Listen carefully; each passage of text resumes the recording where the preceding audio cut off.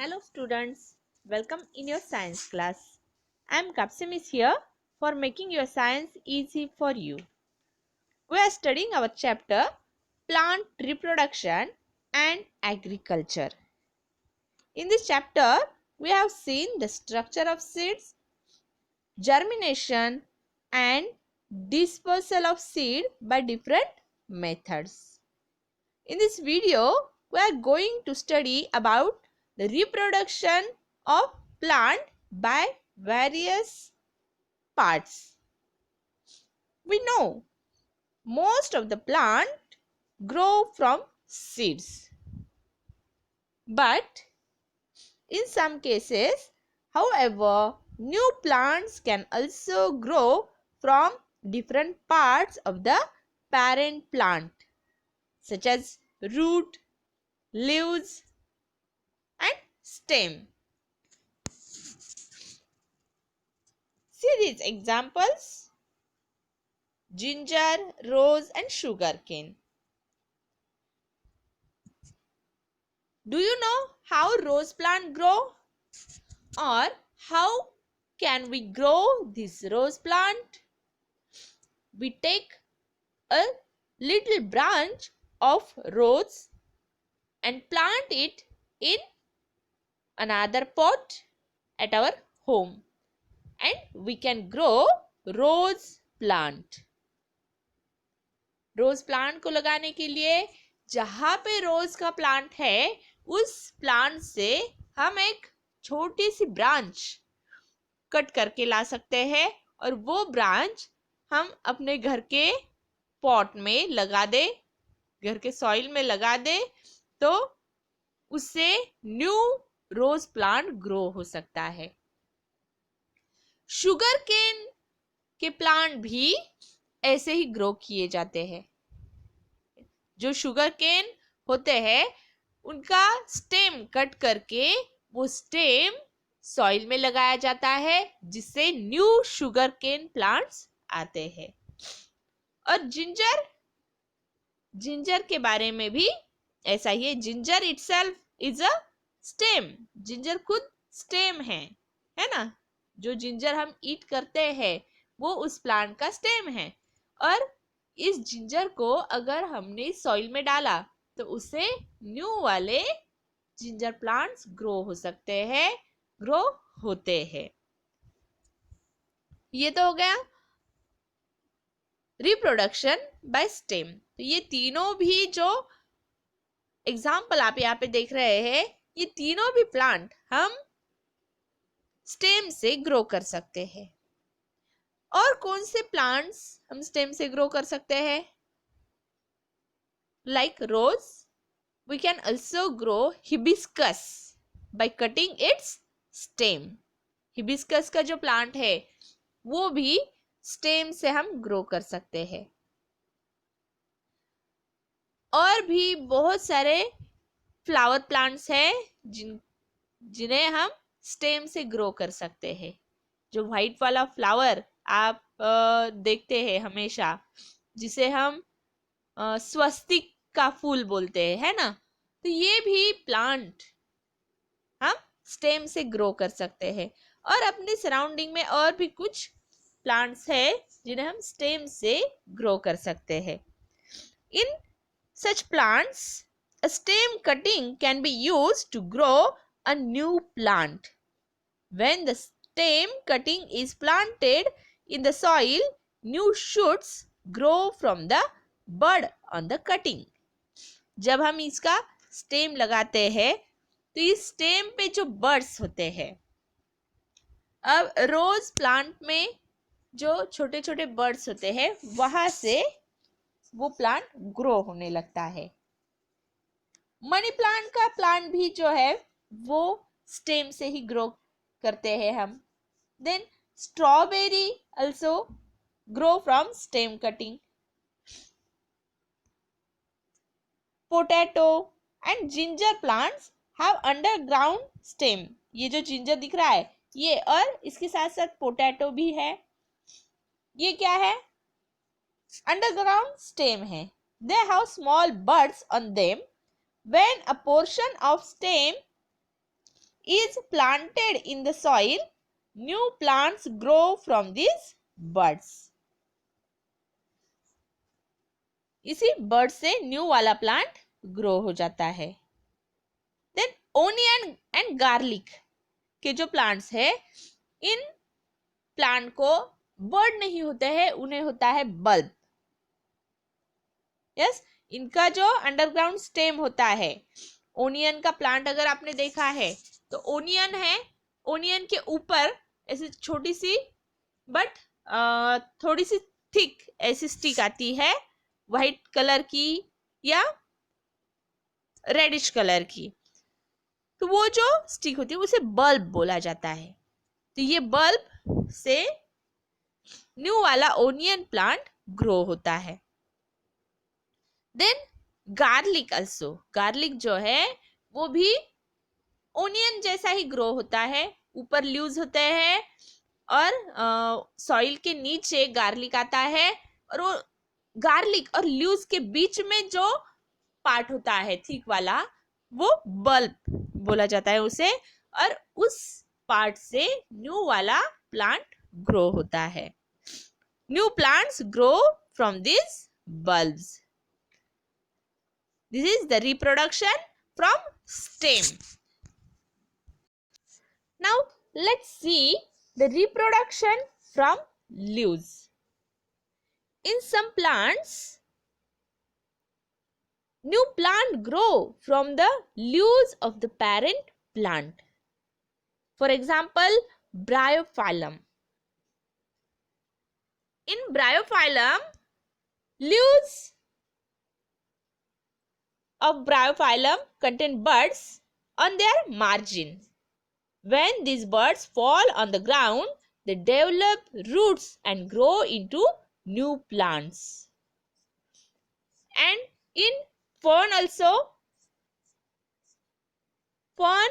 grow from the leaves of the parent plant. ये flowerless plant है और इसमें भी लीव्स से ही न्यू प्लांट ग्रो होता है. Now let's see the reproduction by root. In some plants such as carrot, radish, turnip and sweet potato also, new plant grow from the roots of the parent plant. Parent plant का जो root होता है उससे ही new वाला plant grow हो जाता है. Let's see how. If we cut carrot and put it in soil, a new plant can grow from it. For this part, exercise for you.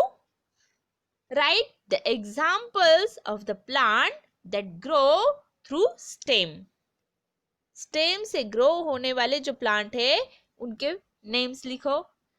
Then write the names of plants that grow through their roots. Roots से grow होने वाले plant के name लिखो and write the name of plants that grow through the leaves. उन plant के name लिखो जो leaves से ग्रो होते हैं, लीव्स से रिप्रोड्यूस होते हैं. ये एक्सरसाइज है इस पॉइंट के लिए. Now let's see the next point, that is crops and agriculture. A plant grown in large quantity to get food and other useful things like oil, fiber, medicine and such other human needs. These plants are called crops. What are crops? Crops are plants, and that plants are grown in large quantity. जो plant large quantity में, एक जैसे plant large quantity में grow किए जाते हैं, उन plants को क्या बोला जाता है? क्रॉप्स बोला जाता है. अब ये कौन से प्लांट्स लार्ज क्वांटिटी में ग्रो करते हैं? जो प्लांट हम ईटिंग के लिए यूज करते हैं, जैसे कि व्हीट है, ज्वार है, बाजरा है, राइस है, ये हम ये सीरियल्स एंड पल्सेस हम ईटिंग के लिए एज अ फूड हम उसे यूज करते हैं, तो ये प्लांट्स लार्ज क्वांटिटी में ग्रो किए जाते हैं, उन्हें क्रॉप्स बोला जाता है। देन साथ ही कॉटन के प्लांट ग्रो किए जाते हैं। कॉटन से हमें मिलता है फाइबर, और फाइबर ऑब्टेन करने के लिए कॉटन के प्लांट्स लार्ज क्वांटिटी में ग्रो किए जाते हैं, उन्हें भी बोला जाता है क्रॉप। देन शुगर केन से हमें मिलती है शुगर। तो शुगर ऑब्टेन करने के लिए शुगर केन के प्लांट्स लार्ज क्वांटिटी में, बहुत सारे एरिया में लार्ज क्वांटिटी में ये प्लांट ग्रो किए जाते हैं, इन्हें बोला जाता है शुगर केन क्रॉप। तो ऐसे ही जो प्लांट्स हमारे लिए यूजफुल है, ऐसे प्लांट लार्ज क्वांटिटी में ग्रो किया तो उन्हें क्रॉप बोला जाता है। एंड द साइंस और practice of growing this crop is called as agriculture. और क्रॉप को ग्रो करने का जो साइंस है, जो तरीका है, जो प्रोफेशन है, उसे एग्रीकल्चर बोला जाता है। That science is called agriculture.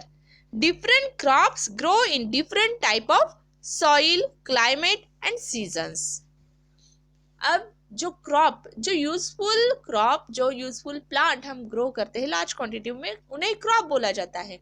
लेकिन हर एक प्लांट हर किसी सॉइल में ग्रो नहीं हो सकता है, तो इसके लिए डिफरेंट क्लाइमेट में डिफरेंट क्रॉप्स ग्रो होते हैं। जैसे कि अपने यहाँ पे हम बीड साइड में रहते हैं, तो इस एरिया में, इस क्लाइमेट में, इधर के सॉइल में ज्वार, बाजरा, ये प्लांट्स बहुत ज़्यादा क्वांटिटी में आते हैं, तो यहाँ पे वही क्रॉप्स ज़्यादा लिए जाते हैं। साथ ही कॉटन, लेकिन राइस ये भी हमारे लिए यूजफुल है। हम राइस डेली यूज करते हैं, बहुत सारे लोग राइस यूज करते हैं, लेकिन अपने एरिया में राइस ग्रो नहीं हो सकता है, क्योंकि यहाँ का जो क्लाइमेट है वो राइस के लिए फेवरेबल नहीं है। हमने देखा है फेवरेबल कंडीशन में वो प्लांट ग्रो होता है, तो राइस प्लांट के ग्रोथ के लिए यहाँ की जो सॉइल है, यहाँ का जो क्लाइमेट है वो फेवरेबल नहीं है। तो जिस एरिया में बहुत ज़्यादा वाटर है, ऐसे एरिया में राइस का प्लांट ग्रो किया जाता है, राइस का क्रॉप ग्रो किया जाता है।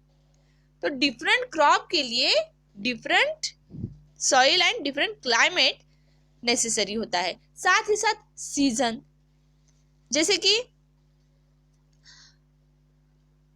कुछ प्लांट्स, कुछ क्रॉप जो है वो मानसून सीजन में लिए जाते हैं और कुछ क्रॉप विंटर सीजन में लिए जाते हैं। तो जो क्रॉप्स मानसून सीजन में ग्रो किए जाते हैं उन्हें बोला जाता है मानसून क्रॉप्स या फिर खरीफ क्रॉप्स। उन्हें क्या बोला जाता है? मानसून क्रॉप या खरीफ क्रॉप। ये जो प्लांट है, ये जो क्रॉप है, ये मानसून के स्टार्टिंग में सो किए जाते हैं। मानसून जो जून में स्टार्ट होता है, तो जून जुलाई में ये प्लांट ग्रो किए जाते हैं और इनके कल्टीवेशन के लिए, इनके कंप्लीट ग्रोथ के लिए इन्हें 4 to 6 मंथ का पीरियड लगता है और अक्टूबर नवंबर में ये कल्टीवेट हो जाते हैं, पूरे कंप्लीट हो जाते हैं। तब ये मार्केट में लार्ज क्वांटिटी में अवेलेबल होते हैं खरीफ क्रॉप्स, जिसे मानसून क्रॉप भी बोला जाता है, क्योंकि मानसून के स्टार्टिंग में ये लगाए जाते हैं। देन सेकंड टाइप जो है क्रॉप की, वो है रबी क्रॉप्स। रबी क्रॉप जो है वो विंटर सीजन में लगाए जाते हैं।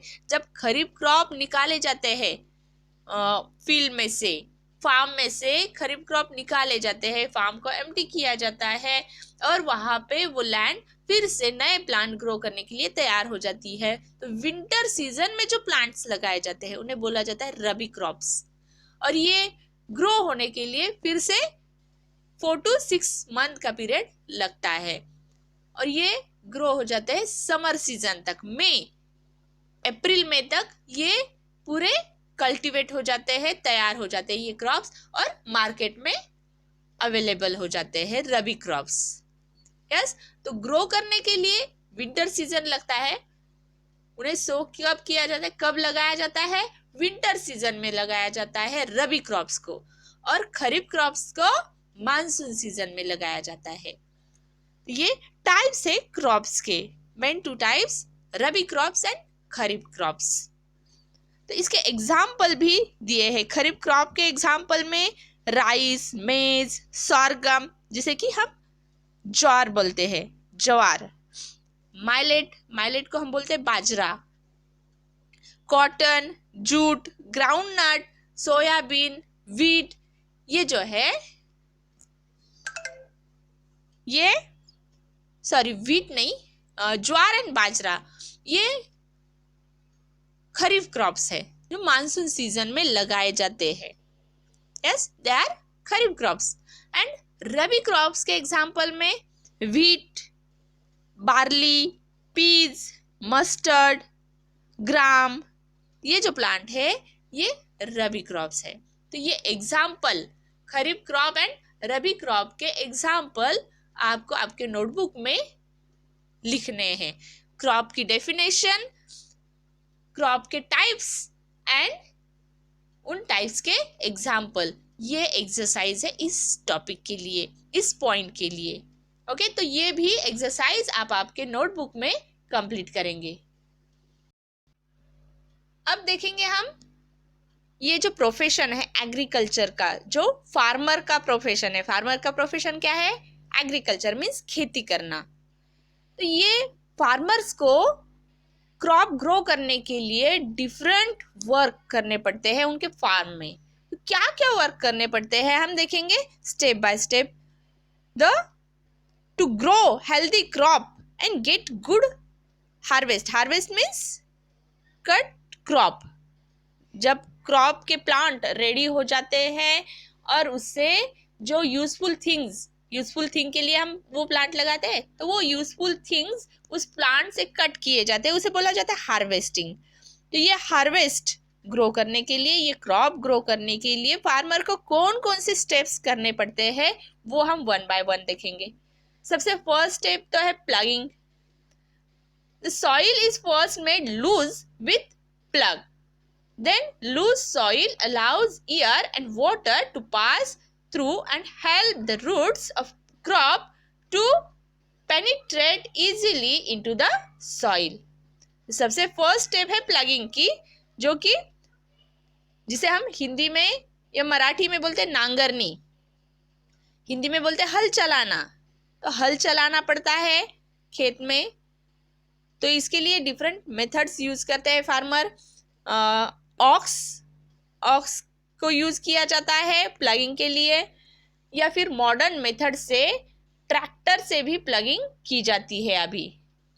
यस, तो इस प्रोसेस में क्या किया जाता है, सॉइल जो है उस सॉइल को लूज बनाया जाता है, जिससे उससे उस सॉइल में ज्यादा से ज्यादा वाटर पेनिट्रेट हो सके, उसमें जा सके, और ईयर जो नेसेसरी है प्लांट की ग्रोथ के लिए। हमने देखे 4 कंडीशन नेसेसरी है, air, water, sunlight and soil. ये 4 कंडीशन नेसेसरी है प्लांट के ग्रोथ के लिए।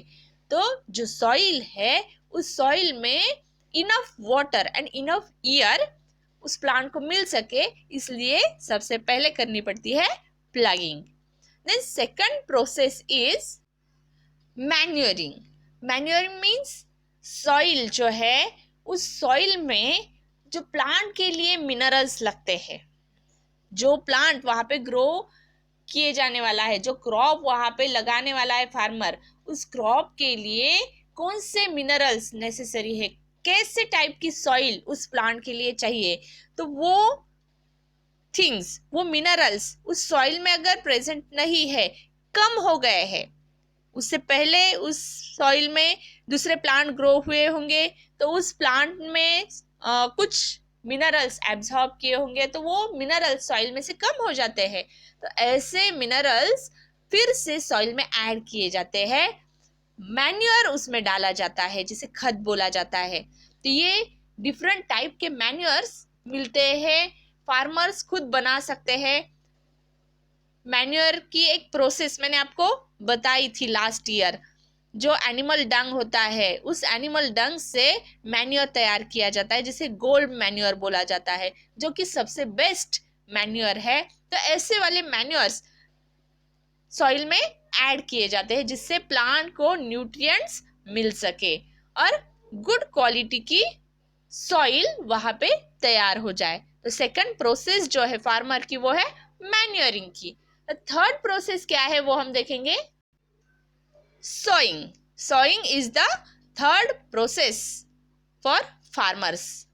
सॉइल तैयार की, सॉइल को प्लग किया, देन सॉइल में जो न्यूट्रिएंट्स है वो डाले गए मैन्योरिंग से, देन सोइंग की जाती है। अच्छे क्वालिटी के सीड्स फार्मर सो करता है उसके फार्म में। तो अच्छे क्वालिटी के सीड्स वो मार्केट से लेके आ सकता है या फिर पहले उसके पास जो सीड्स है उसमें से अच्छे क्वालिटी के सीड्स निकाल के वो सीड वो फार्म में ग्रो करता है, सो करता है। तो ये सोइंग के लिए डिफरेंट मेथड्स यूज किए जाते हैं। बाय हैंड भी सो किया जाता है, जैसे कि इस पिक्चर में आपको दिख रहा है लेडीज जो है वो सीड को सो कर रहे हैं, सॉइल में डाल रहे हैं। देन डिफरेंट ड्रिल मशीन्स आते हैं जो प्लगिंग के लिए यूज की जाती है, वहीं पे ड्रिल मशीन लगाई जाती है और उस ड्रिल मशीन से सीड्स सॉइल में डाले जाते हैं। या फिर न्यू मॉडर्न मेथड से बाय यूजिंग व्हीकल ये सोइंग की जाती है। ट्रैक्टर जैसे व्हीकल यूज करके ये सोइंग की जाती है। तो seeds must be sown at the proper time. Monsoon season start होने के बाद फार्मर ये सीड्स सो करता है। 1 और 2 रेन फॉल होने के बाद जब सॉइल को इनफ वाटर मिल जाता है वो उसके फार्म को प्लग करके वहां पे मैन्योर डाल के फिर वहां पे सीड सो करता है और जैसे ही रेनफॉल स्टार्ट हो जाता है तो वो सीड को वाटर अपने आप मिलने लगता है और वो सीड वहां पे ग्रो होने लगते हैं। देन नेक्स्ट प्रोसेस जो है फार्मर की वो है irrigation. What is irrigation? Plant को वाटर की नीड होती है। अब रेन से तो उस प्लांट को वाटर मिलने वाला है, लेकिन रेन अगर प्रॉपर टाइम पे नहीं आया या फिर डेली भी रेन नहीं आता है तो उस प्लांट को डेली इनफ वाटर नेसेसरी होता है जो कि फार्मर सप्लाई करता है। ये जो प्रोसेस है वाटर सप्लाई करने की उसे बोला जाता है irrigation. The process by which sufficient quantity of water is supplied to crop plants for their proper growth is called as irrigation. ये फार्मर उसके प्लांट्स को टाइम टू टाइम वाटरिंग करता है, उसे बोला जाता है irrigation. The next process for agriculture is crop protection. अब इनफ वाटर मिल गया प्लांट को, इनफ सनलाइट मिल गई, ईयर वहां पे सफिशिएंट बना दी फार्मर ने, जो न्यूट्रिएंट्स नेसेसरी है प्लांट को वो डाल दिए, तो उस सॉइल में प्लांट अच्छे से ग्रो होने लगेंगे। अब ये एक बार प्लांट ग्रो होने लगे तो उन प्लांट को प्रोटेक्ट करना, जर्मिनेशन के बाद उस प्लांट को प्रोटेक्ट करना भी एक वर्क है फार्मर का। Different bacteria, different fungi year में प्रेजेंट होते हैं, साथ ही साथ सॉइल में प्रेजेंट होते हैं, तो वो अटैक कर सकते हैं उस प्लांट पे। तो उन बैक्टीरिया से, उन वायरस से प्लांट को सेव करना फार्मर को करना पड़ता है, इसे बोला जाता है क्रॉप प्रोटेक्शन। तो इसके लिए डिफरेंट पेस्टिसाइड्स, फंगिसाइड्स स्प्रे करने पड़ते हैं फार्मर को, जो कि वो टाइम टू टाइम करता है। साथ ही क्रॉप के साथ साथ अनवांटेड प्लांट भी ग्रो होने लगते हैं उस क्रॉप में, उसे बोला जाता है वीड्स। वीड्स बोले तो unwanted plants that grow along with crop। तो ऐसे जो वीड्स है जिसे कि हम बोलते हैं ग्रास, है ना, ग्रास के जैसे प्लांट भी क्रॉप के साथ साथ ग्रो होते हैं। तो ये उसके साथ ग्रो होने से क्या होता है, सॉइल में के जो न्यूट्रिएंट है वो न्यूट्रिएंट डिवाइड हो जाते हैं क्रॉप और उस ग्रास में। तो वो न्यूट्रिएंट सिर्फ क्रॉप को मिले, इसलिए फार्मर क्या करता है, इन वीड्स को निकाल लेता है।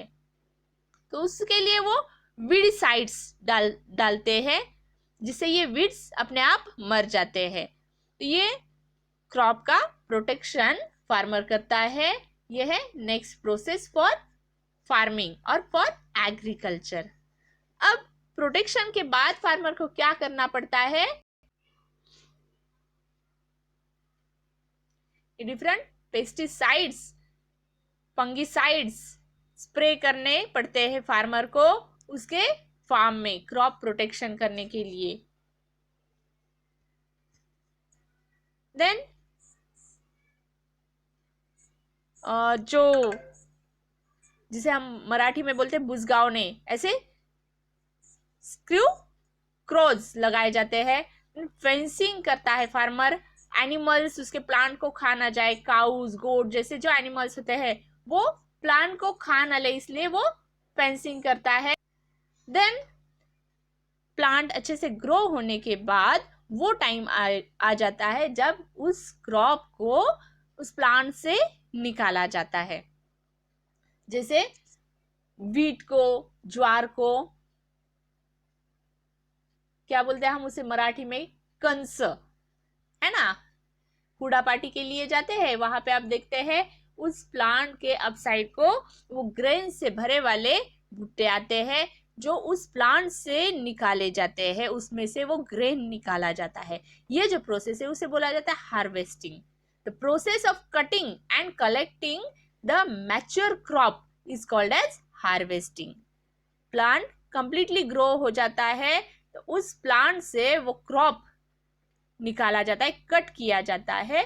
ये जो प्रोसेस है उसे बोला जाता है हार्वेस्टिंग। तो ये सबसे हैप्पीएस्ट प्रोसेस है फार्मर के लिए। और हार्वेस्टिंग के बाद डिफरेंट फार्मर्स जो है वो फेस्टिवल सेलिब्रेट करते हैं। मेनी स्टेट्स में ये हार्वेस्टिंग होने के बाद फेस्टिवल सेलिब्रेट किया जाता है, जिसे हार्वेस्ट फेस्टिवल बोलते हैं हम, है ना। ये हार्वेस्ट फेस्टिवल आपने सोशल स्टडी में स्टडी किए होंगे, जैसे कि होली है हार्वेस्ट फेस्टिवल, है ना। होली कब आती है, अप्रैल में। तो अप्रैल में रबी क्रॉप हार्वेस्ट होते हैं, तो उसके हार्वेस्टिंग के बाद फार्मर्स जो है वो होली सेलिब्रेट करते हैं। देन पोंगल है, बैसाखी है पंजाब में। तो ये डिफरेंट फेस्टिवल हार्वेस्टिंग के बाद सेलिब्रेट करते हैं फार्मर पीपल्स। अब सिर्फ प्लांट को हार्वेस्ट करना ही, अच्छे से ग्रो करना ही नहीं है, तो जो प्लांट ग्रो हुए हैं, जो ग्रेन्स फार्मर को मिल गए हैं क्रॉप से, तो उसे अच्छे तरीके से स्टोर भी करना पड़ता है। तो ये भी सबसे इम्पोर्टेंट वर्क है फार्मर के लिए, storage of the grains, storage of the harvest. Lastly, the crops that is harvested need to be stored properly so that it can be consumed later. ये जो क्रॉप ग्रो किए farmer में वो ज्यादा से ज्यादा दिन तक अच्छे रहे, सभी को सप्लाई किए जा सके, इसलिए उसका प्रॉपर स्टोरेज करना पड़ता है। The next process for agriculture is sale of this crop, marketing of this crop. तो जो क्रॉप उसने ग्रो किया है वो मार्केट में लेके जाता है डिफरेंट व्हीकल से। तो ये है complete process of crop production. ये एग्रीकल्चर, इस प्रोफेशन को एग्रीकल्चर भी बोला जाता है, जो फार्मर लोग करते हैं। तो इतना सारा वर्क उस फार्मर को करना पड़ता है क्रॉप ग्रो करने के लिए, और तब जाके हम सबको फूड अवेलेबल हो जाता है। इसीलिए हमें उस फूड की केयर करनी चाहिए, फूड का रिस्पेक्ट करना चाहिए, और साथ ही साथ फार्मर्स का भी रिस्पेक्ट करना चाहिए। यस, फार्मर जो है वो क्लेवर होता है, इसीलिए वो फार्मिंग कर सकता है। उसे हर टाइप का नॉलेज नेसेसरी होता है, साथ ही उसे हार्डवर्क करना पड़ता है, और तभी जाके अच्छा क्रॉप ग्रो होता है और हम सबको फूड मिलता है। तो ये जो डिफरेंट प्रोसेसेस है एग्रीकल्चर के लिए, जो डिफरेंट प्रोसेसेस होते हैं, वो सभी प्रोसेसेस आपको नोट डाउन करने हैं, और ये प्रोसेसेस वन बाय वन बताने हैं एग्रीकल्चर में क्या क्या किया जाता है, which are the processes in the agriculture. तो ये भी एक्सरसाइज आपको आपके नोटबुक में करनी है। एंड यहाँ पे हमने ये जो चैप्टर है reproduction of plants and agriculture, ये चैप्टर यहाँ पे हमने कंप्लीट कर लिया है। तो इस चैप्टर के एक्सरसाइज आपको आपके नोटबुक में सॉल्व करने हैं, साथ ही साथ बुक में भी सॉल्व करने हैं। यहाँ पे जो भी कुछ प्रॉब्लम आएगा आपको इस चैप्टर को समझने के लिए, इसके किसी भी क्वेश्चन में कुछ प्रॉब्लम है तो आप मुझे आस्क कर सकते हैं मेरे मोबाइल नंबर पे, या फिर व्हाट्सएप पे मैसेज भेज के आप मुझे पूछ सकते हैं। ओके।